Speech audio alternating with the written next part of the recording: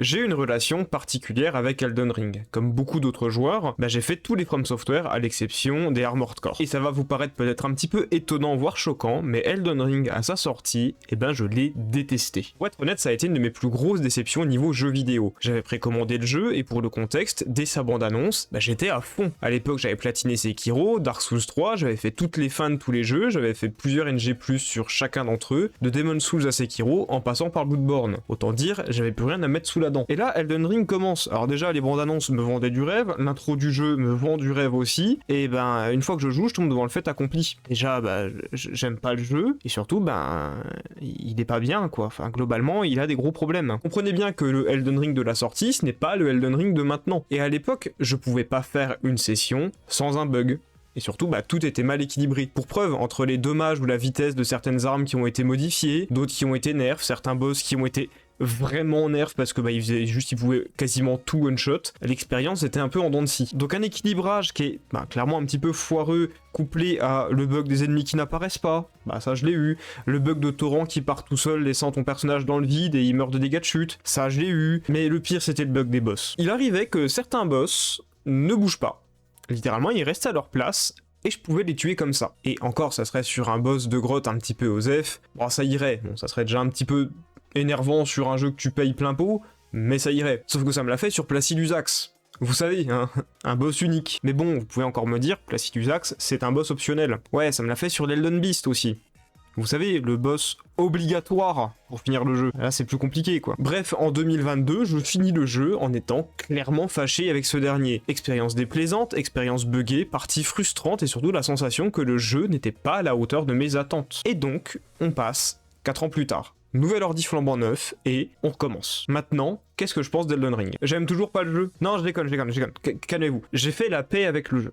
Ça ne sera jamais mon From Software préféré, ça c'est sûr. Mais faut être honnête, j'apprécie le jeu maintenant. Elden Ring, par contre, ça a des défauts, et même des gros défauts. Après 120 heures sur le jeu, un New Game Plus, toutes les fins principales de fête, deux builds clairement différents, je pense avoir fait un petit peu le tour de ce que la majorité du jeu avait à proposer. Le seul manquement, c'est le DLC parce que je l'ai pas en fait. Et donc, on va pouvoir parler des qualités d'Elden Ring. Et aussi de ses pires défauts. Et avant que vous commenciez à marteler votre clavier, parce que je sais que dans la communauté From Software, c'est impossible et tabou, la critique des jeux, vous allez me balancer un vieux Git Good ou Skill Issue, là on va parler du jeu en tant que tel, on ne va pas parler de sa difficulté. Donc vous rangez le clavier, et surtout vous vous abonnez si c'est pas déjà fait. C'est valide pour tout le monde ça d'ailleurs. On va commencer en parlant de la map et du monde ouvert. Et pour le coup, From Software, ils sont assez fidèles à eux-mêmes. Le level design est excellent. Tu vois les objectifs principaux de chaque zone dès que t'y entres. T'as des indices qui te guident vers où tu dois aller, la progression se fait naturellement. Je veux dire, les trucs importants sont en face de toi. On te file aussi un boss qui te roule dessus pour t'expliquer que déjà le jeu va pas être tendre et que t'es pas encore spécialement prêt. Les églises ça va être important, t'en as une sur le chemin. Les ruines pareil. Le jeu te permet même de te filer un petit vertige avec les pièges qui te téléportent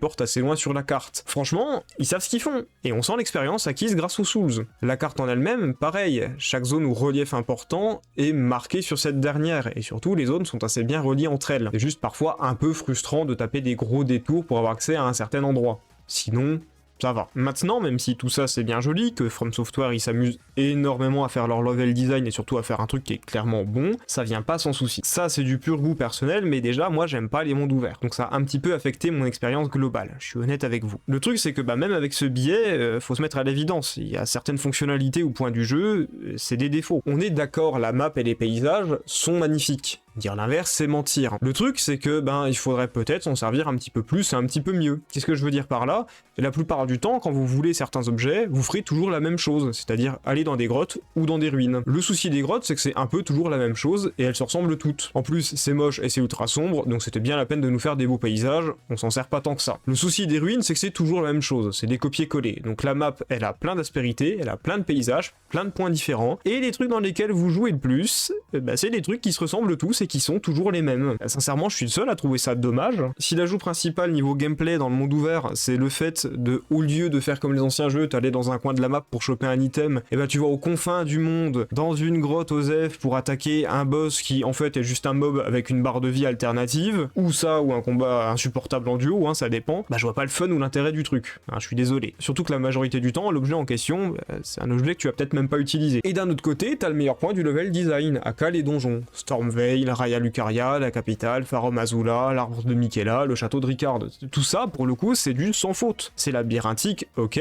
mais sinon, la verticalité et la gestion de la map, là-dessus, sur les donjons, c'est exceptionnel. Mais bon, comparer ce passage-là qui est ultra plaisant et qui est bien fait dans le jeu au fait de devoir faire ta 18ème grotte de la partie, ça donne pas envie. Ah, je suis désolé, ça donne juste pas envie. À ce stade, et je suis désolé de le dire, ça aurait été limite plus intéressant d'enchaîner les donjons et de laisser tomber les phases en open world, ou alors de le réduire. Un peu comme From Software le faisait avec un espèce de jeu en couloir où t'avais quand même des possibilités, des alternatives. Ça marchait très bien. Juste regardez ça, c'est un schéma que j'ai fait des connexions entre les zones de Dark Souls 2, et chaque zone fonctionne un petit peu comme un mini donjon. En plus, on voit clairement que même si le jeu a des aspects couloirs, on est libre de choisir où on veut aller. Le moins bon jeu de la saga sur cet aspect-là, c'est clairement Dark Souls 3 qui est le plus restrictif à ce niveau-là. Fatalement, Elden Ring a fait l'inverse. D'ailleurs, si je cite Dark Souls 2, c'est pas au hasard, parce que d'un point de vue gameplay, Elden Ring emprunte bien plus à Dark Souls 2 qu'aux autres Souls. En tout cas, je trouve. Donc, je veux arrêter de voir les gens cracher en permanence sur Dark Souls 2, surtout quand tout le monde a dû l'Elden Ring. Je défendrai Dark Souls 2 toute ma vie. Le jeu est excellent. D'ailleurs, chez From Software, les quêtes, ça a toujours été un petit peu flou, un petit peu hasardeux. Mais dans les anciens jeux, ça marchait. Pourquoi ? Bah, encore une fois, référez-vous au schéma. T'as un mec ici, la prochaine étape, c'est ici. Naturellement, c'est un grand couloir, tu finiras par le retrouver. Tu t'en sors même sans trop d'infos. Maintenant, vous avez la carte d'Elden Ring. Même si un personnage va dans une zone importante à la suite, c'est un monde ouvert, donc tu vas dans l'ordre que tu veux, et surtout, vu la taille des zones, tu peux très bien le rater. Et t'as pas spécialement beaucoup d'indices. Et Elden Ring, c'est pas un Souls. T'as autrement beaucoup plus de quêtes dessus. D'un côté, ça rend le jeu complet et très cool, je veux dire, les quêtes d'Elden Ring, je les trouve sympas, mais d'autres, sincèrement, qui, ici, réussit les quêtes sans Solus? C'est impossible. Ça, c'est les gros soucis que j'ai avec le monde ouvert. Maintenant, on va parler un peu plus du jeu et de son système de combat en lui-même. Et c'est, je pense, le point du jeu avec lequel j'ai le plus de mal. D'un côté, le nombre d'armes, de sorts, d'invocations et surtout les cendres de guerre, ça a permis quelque chose d'exceptionnel. Le nombre de builds, de styles de jeu différents, c'est incroyable. C'est vraiment le meilleur jeu de la saga là-dessus. C'est le meilleur FromSoft sur ce point-là. Et c'est, je pense d'ailleurs, le point le plus intéressant et fun du jeu. Faire des builds. Et c'est là où je vous reparle un petit peu de Dark Souls 2. Vous voyez le système de stance spécial, là, quand vous avez deux armes, c'est un peu des armes du même type, donc le personnage prend une pose alternative et utilise les deux en même temps. Bah ça c'est Dark Souls 2. Mais oui, c'est le power stance de Dark Souls 2. Et surtout le délire d'armes un petit peu rigolotes, qui ont des builds un petit peu alternatives, des sets différents. Encore une fois, ça, c'est plus Dark Souls 2 que les autres. Le nombre de movesets uniques proposés par Dark Souls 2, les gens ont tendance à l'oublier. Et Elden Ring s'est clairement axé dans cette direction, ce qui est un excellent pari. C'est aussi pour ça qu'à la sortie du jeu, j'avais été un petit peu déçu de voir le manque d'équilibrage entre les armes. C'était prévisible, mais voir tout le monde jouer katana, alors qu'il y avait un nombre exceptionnel d'armes et de builds possibles, c'était un peu décevant. Mais Béléus, vous allez dire, que tu cites là, c'est un point purement positif. Et c'est vrai, c'est purement positif. Mais là, c'est du point de vue du joueur. Le problème que j'ai avec le système de combat, vous vous en doutez, c'est pas le joueur. C'est les monstres. Sincèrement, j'ai toujours pas changé d'avis. Le système de combat d'Elden Ring, c'est celui que j'aime le moins du studio. Si tu joues des armes lourdes, ton objectif principal dans le jeu, c'est de stun l'ennemi. Le truc, c'est que leur barre d'endurance évolue sur trop de variables différentes. On vous force énormément à piffer, en fait, avec ça. Une barre d'endurance comme Sekiro, je pense que ça aurait été la bienvenue. Je pinaille peut-être un peu là-dessus, mais des fois, quand tu stun le monstre en 2 coups, et que la fois d'après, ça va t'en demander 5, c'est un petit peu bizarre. Surtout quand la mécanique du stun est une mécanique ultra importante dans le jeu, comme celle des afflictions. Je vous avoue aussi que parfois, alors c'est peut-être seulement moi, j'ai un peu de mal avec la portée de certains coups. Ça me le fait que sur Elden Ring, hein. J'ai beaucoup plus de mal à définir sur Elden Ring quand je touche un ennemi et quand est-ce que je le touche pas. Bon, ça pour le coup, c'est mon problème. Mais le truc qui me rend fou, c'est l'intelligence artificielle des monstres. Je déteste cette tendance qu'ils ont à tous nous fuir. Vous savez, moi, un des trucs qui me faisait adorer les anciens jeux, notamment Fumerol, Gundyr, le Roi d'Ivoire Brûlé ou Gaël, c'est le fait que t'affrontais des titans. À part conditions particulières, les ennemis de ces jeux-là, si tu les tabasses, ils réagissent pas. Et ça te forçait littéralement à comprendre tous les coups. Sur Elden Ring, je ressens moins ça, puisque on peut stun les boss, que certains coups annulent les attaques de certains boss. Ok, ça existait peut-être sur Dark Souls 3, mais c'était à moindre mesure. Et encore une fois, avec le système de stun un peu brouillon, je trouve qu'on a des combats fatalement aussi un petit peu brouillons. Et ce truc-là que j'adorais dans les anciens jeux qui te forçaient à t'améliorer, à comprendre le combat dans les moindres détails, tu l'as moins sur Elden Ring parce que le jeu est, je trouve en fait, et je pense que c'est le but, il est un peu plus permissif. À l'époque, je ressentais vraiment l'impression d'être 3 fois rien par rapport au boss en face de moi. Là, je l'ai nettement moins, je veux dire, le mec qui se prend une claque, qui se prend un stun, bon, tu tu le vois en train de faire des tours sur lui-même, il se prend et pouf, fini. Bon,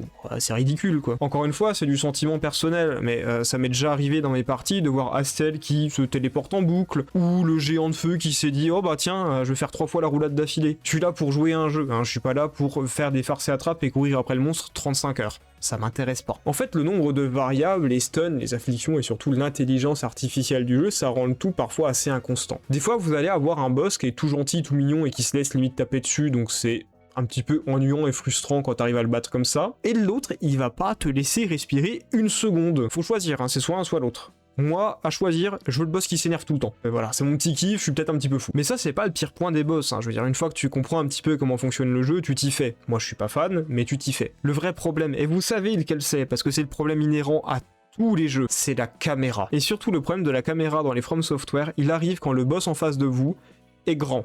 Genre, vraiment grand, hein, tu as un truc gigantesque. Est-ce que vous voyez où je veux en venir? Entre les golems, les dragons, les Wyrm, Astel, l'Elden Beast, le Géant de Feu, Placidusax, Dragonkin, Ricard, et encore une fois, sans compter DLC. Le jeu, il a abusé sur les boss de grande taille. Et normal, le jeu est plus grand, les monstres sont plus grands. Alors oui, en proportion, ça veut dire qu'il y en a moins que les autres jeux, vu le nombre de boss total. Mais le fait qu'il y en ait plus d'une vingtaine, avec une caméra comme ça a tendance à rendre le jeu très irritant. Encore plus dans des arènes comme celle de Farum Azula. Entre les fois où vos coups touchent pas parce que le monstre a la tête un petit peu trop haute, c'est pas de peau. Les fois où pour le taper vous êtes obligé d'être au corps à corps, donc vous voyez pas ce qu'il fait, c'est pas de peau. En fait, je trouve ça assez fou que ça soit un défaut qui existe depuis les premiers Souls et qui soit encore là sur Elden Ring. Là, c'est plus la faute de la saga complète que du jeu, hein. Clairement, là, je m'énerve envers les Souls en général. Reparlons des dragons d'ailleurs.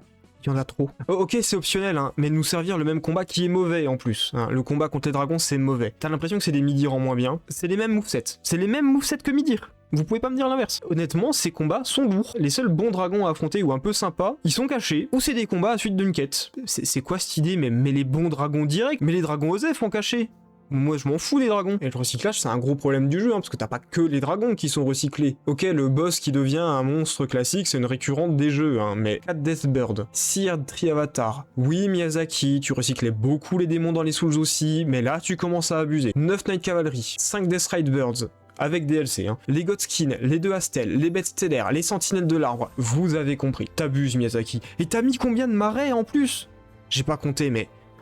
le nombre de marais dans Elden Ring, je sais que t'adores les marais, mais dose. Heureusement qu'on a Torrent, et puis que Torrent il s'en fout des afflictions, parce que si on devait se taper les mêmes ralentissements que dans Blighttown, le Valfangeux ou le Bastion de Faron, je vous promets, personne n'allait finir le jeu tellement ça allait être invivable. Je pourrais encore débattre sur des points du jeu particuliers qui me dérangent un peu.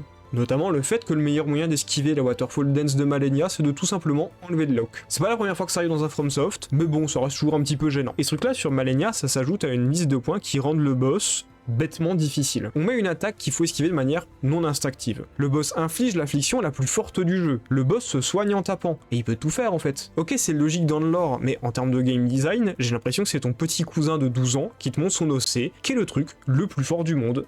Parce que c'est le plus meilleur. Scénaristiquement parlant, Elden Ring, c'est très bon. Je veux dire, la cinématique des combats...